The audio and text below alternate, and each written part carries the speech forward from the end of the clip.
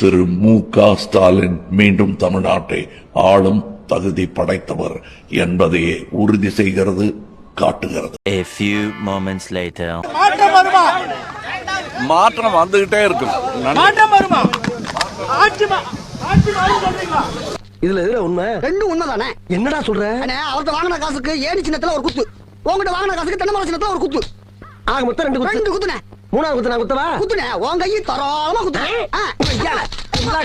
என்ன கேக்க காலையில இருந்து பாடம் கட்டிட்டு இருக்க? போனோம் எங்க? போனோம் வந்துட்டு.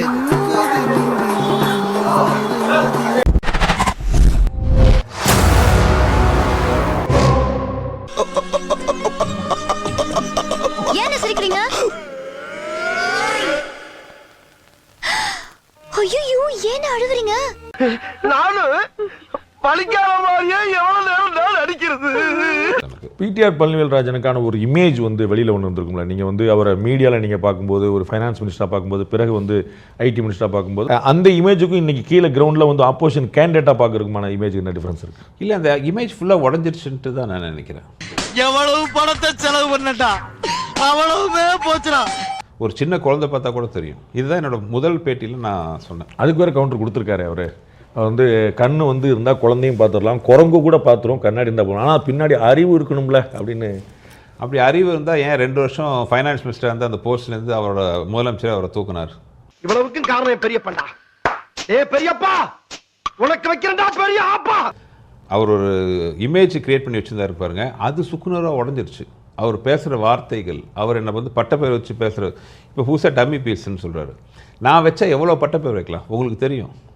அதுக்காக அந்த அசட்டு தைரியத்தோட என் தெருவுக்கு வந்தா அங்க நான் டயத்தை கீப் பண்ண மாட்டேன், ரொம்ப உக்கிரமா இருப்பேன். அவர் பேசுகிற நிறைய உதாரணம் பண்ணுற சினிமா டைலாக்குகள் எல்லா விஷயமும் அவருக்கே தெரியல. அவர் சினிமா அவ்வளோ பார்க்குற மாட்டாரா, இல்லோட அவருக்கு எழுதி கொடுக்குறவங்க அவர் மாட்டி வரதுக்காக பண்ணுறாங்களா? முக்கால்வாசி ஏன் பட டைலாக் தான் அவர் ஸ்பீச்லேயே வைக்கிறாங்க.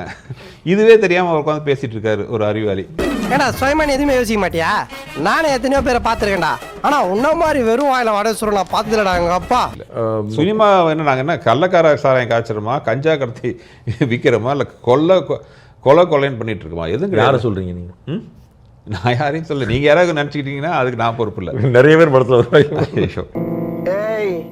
என்னை வச்சு ஒன்னும் காமெடி பண்ணலையே. உங்களோட சொத்து மதிப்பா நீங்க என்ன காட்டிருக்கீங்க? என்ன பிடிஆரோட அதிகமாக வச்சிருக்கீங்களா, கம்மியாக வச்சிருக்கீங்களா? நான் என்னங்க, நான் தனி மனிதனாக கஷ்டப்பட்டு சம்பாரிச்சது. எனக்கு ஒன்றும் என் குடும்பம் கோடியெல்லாம் சம்பாரிச்சு வைக்கல. என் குடும்பம் பாரம்பரியம், அவங்க சம்பாரிச்சு வச்ச சொத்தோ, அவங்க சம்பாரிச்சு வச்ச பேரை வச்சோ நான் முன்னேறல. இது உழைச்சு சம்பாரிச்சது, திருடி சம்பாதிக்கல.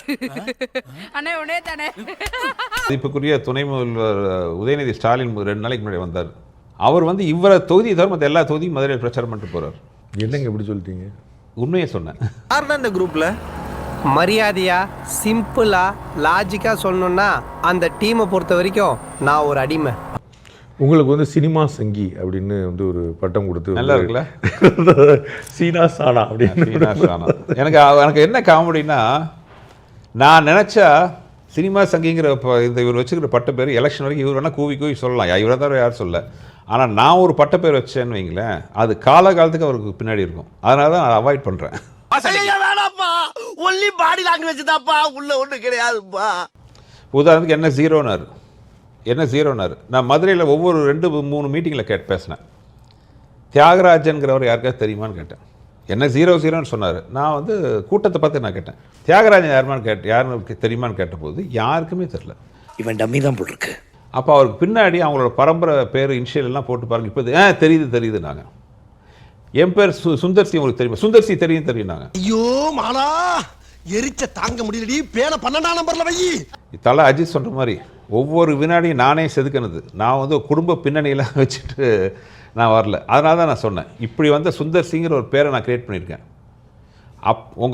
உங்கள் பேரை சொன்னால் உங்கள் தொகுதியாளர்களுக்கே தெரில. அப்போ யார் ஜீரோ?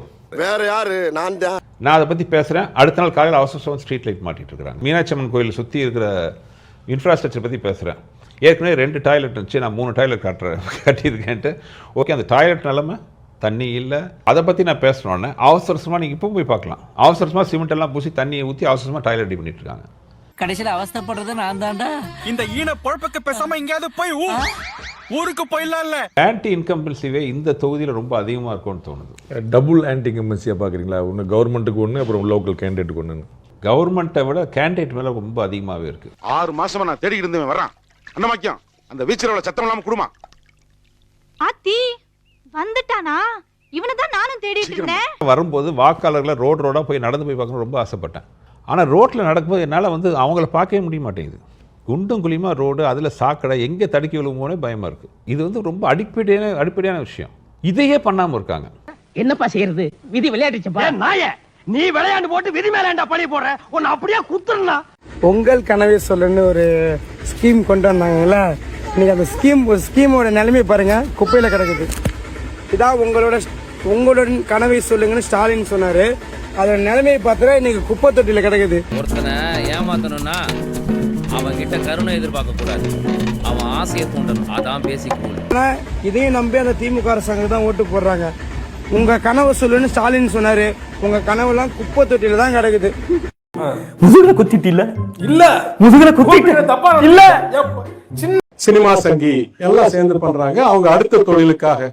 என்னைக்குமே இந்த மாதிரி கபட நாடகம் போட்டு வந்து கூத்தாடும் தனிநபர்களை ஏற்றுக்கொண்டதே இல்லை. என்ன வந்து கூத்தாடி அப்படின்னு சொல்லியிருக்காரு.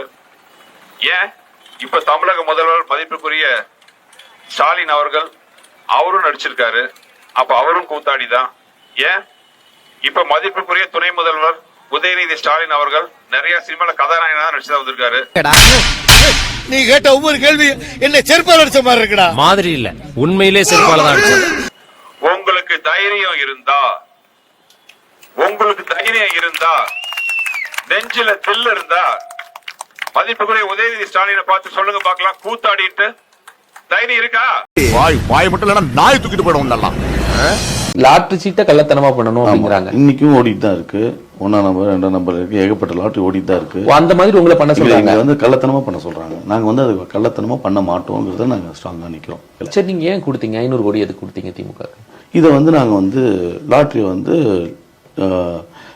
வந்ததுன்னா ஆட்சியே உங்களுது. ஆக்சுவலா அவர் சொன்ன வார்த்தைகள் வந்து இந்த ஆட்சியே உங்களுது தான். ஓகே, 500 கோடி ரூபாய் வாங்கிட்டு இதுக்கு ஒரு 4 பேர்த்த மூத்திரத்தை வாங்கி மடக்கு குடிக்க வேண்டியதானே? ஏன்டா இந்த வேலை பாக்குறீங்க? இருக்கும்போது உதயநிதியும் ஒரு ஸ்டாலின் 2 பேரும் என்ன சொல்றாங்கன்னா, இந்த லாட்டரியை வந்து நீங்க கள்ளத்தனமா பண்ணிக்கோங்க, பண்ணிட்டு நீங்க சம்பாரிச்சுக்கோங்க, எவ்வளவு வேணா சம்பாரிச்சுக்கோங்கன்னு சொல்றாங்க. இன்னைக்கு டெபுட்டி சிஎம் இருக்கக்கூடிய டெப்டி சிஎம் அண்ட் சிஎம் 2 பேரும் சொல்றாங்க. இல்ல ஏய் குலகார பையன் அவனே, உன்னைய பத்தி நான் கூட என்ன நம்ப நினைச்சிருந்தேன். நீ உடம்பு சீப்பாளா இருந்திருக்க.